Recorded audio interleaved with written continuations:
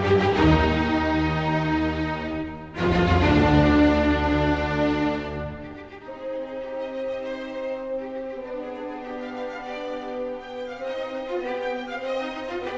all, and welcome to another Tale of Woe. I am your storyteller Tim, and today we'll once again be continuing our Tale of the Beginning. In the last episode, the group had managed to level themselves up to level 12, secure themselves a teleportation device that allowed them to transport themselves and their wagon to any location on the planets. This device known as the World Engine, and had teleported themselves to what they assume would be a safe location, an island in the middle of the ocean. And when they finished the teleportation, they found out that their wagon was balancing precariously on top of a tree.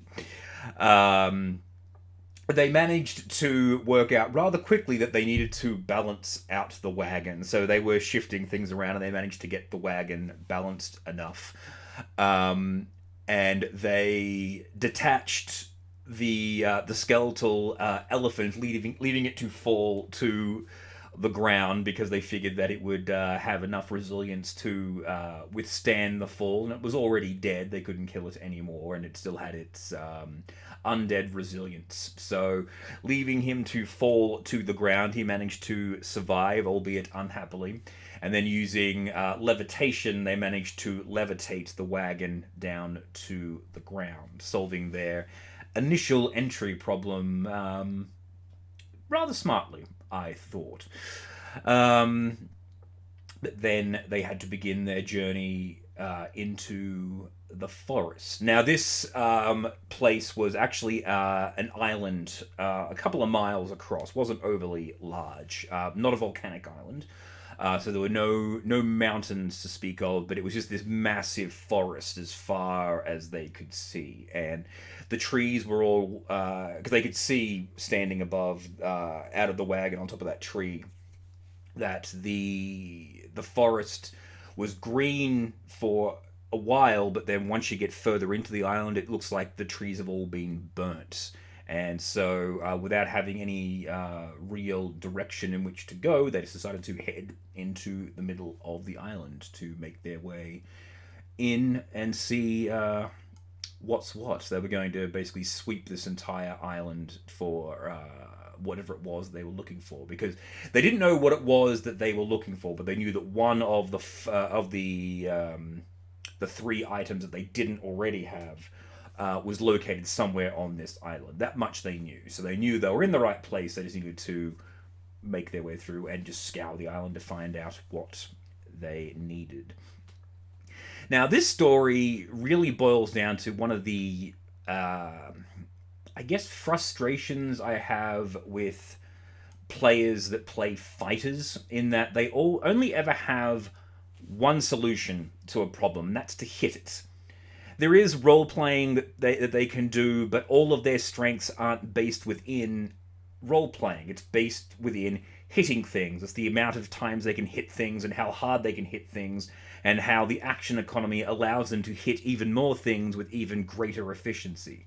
And this was a scenario which I'd planned out to be, you could hit your way through it, but it wasn't designed that way. It was designed to be more of a role-playing, mysterious type element.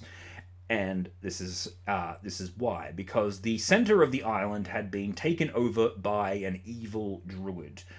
I say evil, but, everyone's the hero of their own story. So this was let's say a dark druid. Similar to the ones that they'd had encountered in Barovia. These were the druids that were servants of the Golthus tree, the vampire trees. And this druid had taken over the great tree in the center of this island, and had turned it into another Golthus tree, and thus the evils of the Golthus tree were slowly spreading out and taking over this island. So the black trees that they saw off in the distance were the trees that had been converted by the darkness, and they were in the areas that had not yet been affected by it yet. So the plan was for the group to find this out, and the one thing that Wallflower still had from her experience in Barovia was the Golthus staff, which meant that evil plant creatures will see her as friendly, provided that she doesn't attack them. And I expanded that out a little bit, saying that as they get to, so I describe as they approach the area, they instantly recognize what these things are. These are, this entire place is filled with tree ants and twig blights that have all been converted and corrupted by this tree. They don't know what's causing the corruption yet, but I describe that as what it is that they have found. But as Wallflower approaches with her staff, the forest parts and they're able to walk through. The idea being that slow going, they'll make their way through, they'll make it to the center, they'll have the encounter in the middle, they'll either negotiate with this this druid in the middle and see what happens. They won't have to worry about just hitting their way through. But like I said, the point that I have with the frustration of people that play fighters in games is that they only have the one solution, and when they get bored, they always fall back on their one solution. And so, as the group are getting in there, Give gets bored and decides that he wants to start hacking his way through rather than walking his way through, and so a fight ensues. And the problem is that they are now quite a way into the forest, and because they've now shown themselves to be evil, they're fighting the forest. They're fighting the entire island. So I was thinking this was going to be TPK right here, because I couldn't see a way for them to get out of this effectively. Because coming in from all sides, and it was just infinite reinforcements of these trees, and they're getting something like 20, 30 ranged attacks a turn with these with the thorn blights. And so they're rattling away with all these shots. I'm just describing it, just like ricocheting off their armor is just thousands and thousands of these thorns just coming at them from all directions, and they're just getting absolutely swamped by the entire forest. So I'm thinking, all right, well, that's it. They're all dead now because Give got bored. But one thing that they did have on their side, Selena being the brains of the group, the Brains Trust, she had the Wand of Fireballs still. And so using the Wand of Fireballs, they created a perimeter, basically blasting out large chunks of the forest around them and creating an area that they could defend themselves with, sort of creating a little fire line, as it were. So they had their own fire breaks in order to prevent the forest to be completely swarming in on them. But when that occurred, they managed to trigger the next major encounter, which was a nightmare rocked in at them. And this was a very strange-looking nightmare. They'd seen nightmares before, once again, in Barovia, but this nightmare actually looked like it had been corrupted by the trees. It actually had like branches and other bits growing out of it. And it rocked in and starts firing what they realize now were actual laser weaponry at them from its eyes. It starts shooting at them with energy beams, and like, what the hell is this thing? Because they don't normally shoot lasers out of their eyes.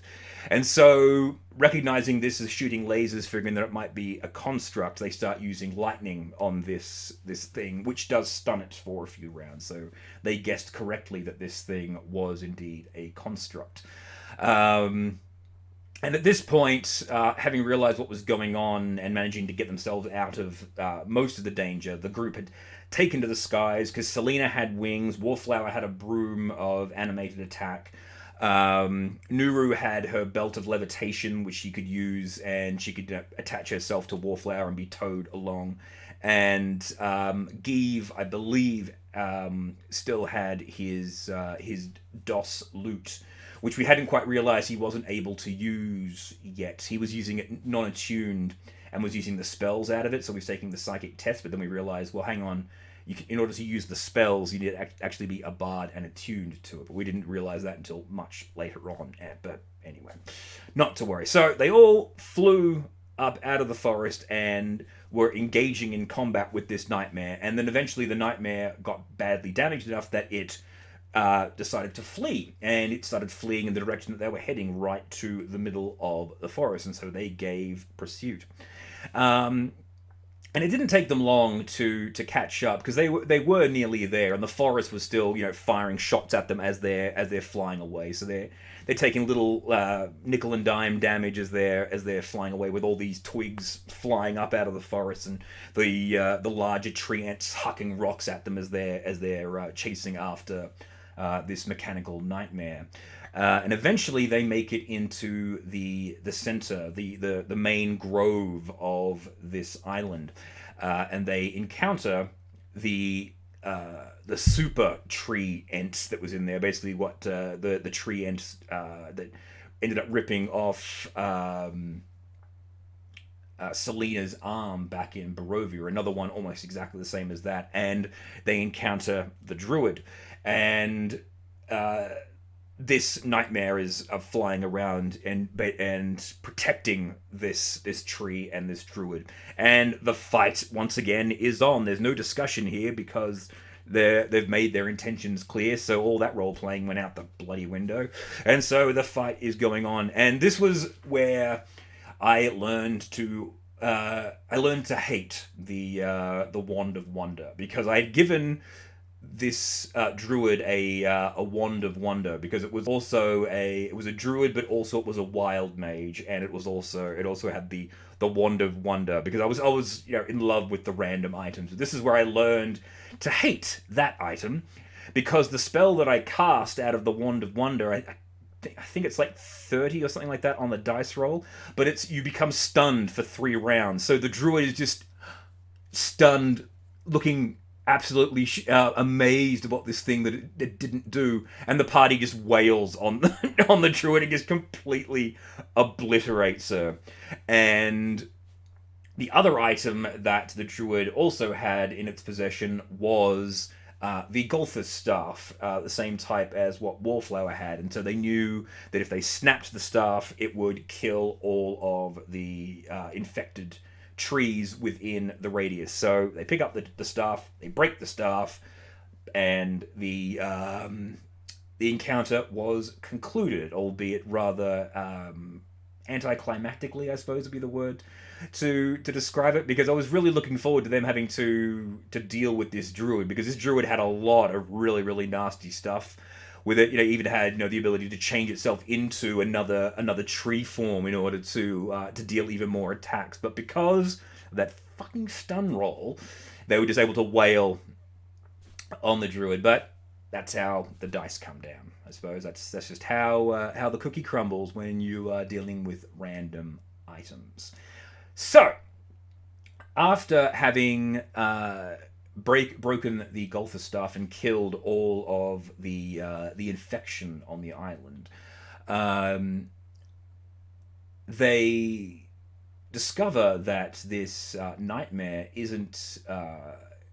Well, they already knew that it wasn't a typical nightmare, but its eyes go from being red to blue, and it sort of comes out of this daze and it begins to talk to them, and it talks to them in a rather mechanical voice, going, "Oh, hello, I am the guardian of this grove. How may I assist you?"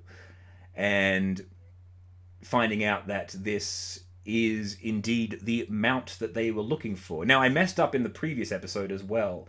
I can't remember what I called it, but I know I got the god that it was assigned to wrong.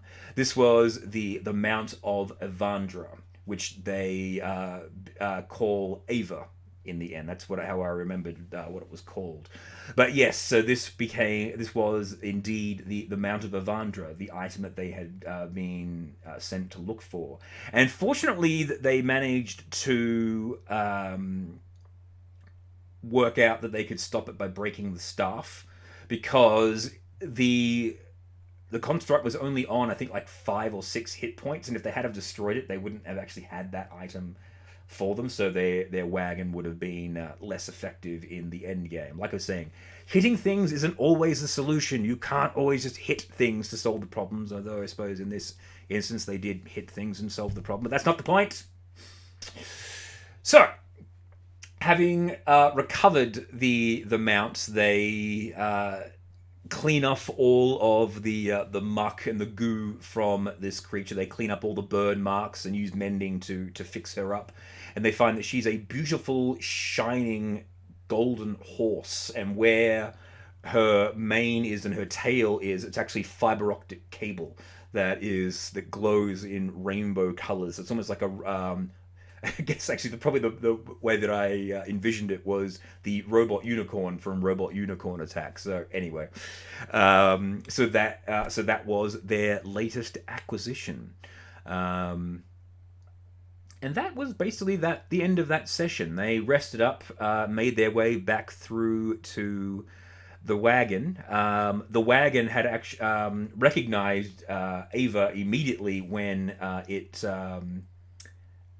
they came together and formed up. And as soon as the two of them joined together, the wagon began to float, because the Nightmare can float, and when the two of them are combined, it actually provides the functionality of the wagon to have limited levitation, so it no longer needs to touch the ground. It can actually glide wherever it needs to go, thus increasing their travel speed. So that was their first successful, albeit annoying, run through in locating the components to the Deus Ex.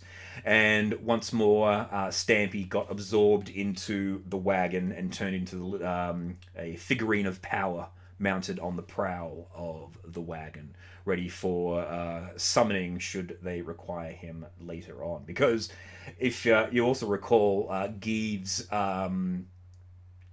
skeletal warhorse and his chariot had also been created into the wagon itself as another figurine, and the chariot had been absorbed into gold filigree all around the outside of the wagon's door frames. So yeah, so now that they had absorbed their other mounts into it and had reconfigured the wagon, resting up and giving Geeve a stern talking to, because I think the players were somewhat annoyed with him, if I remember correctly,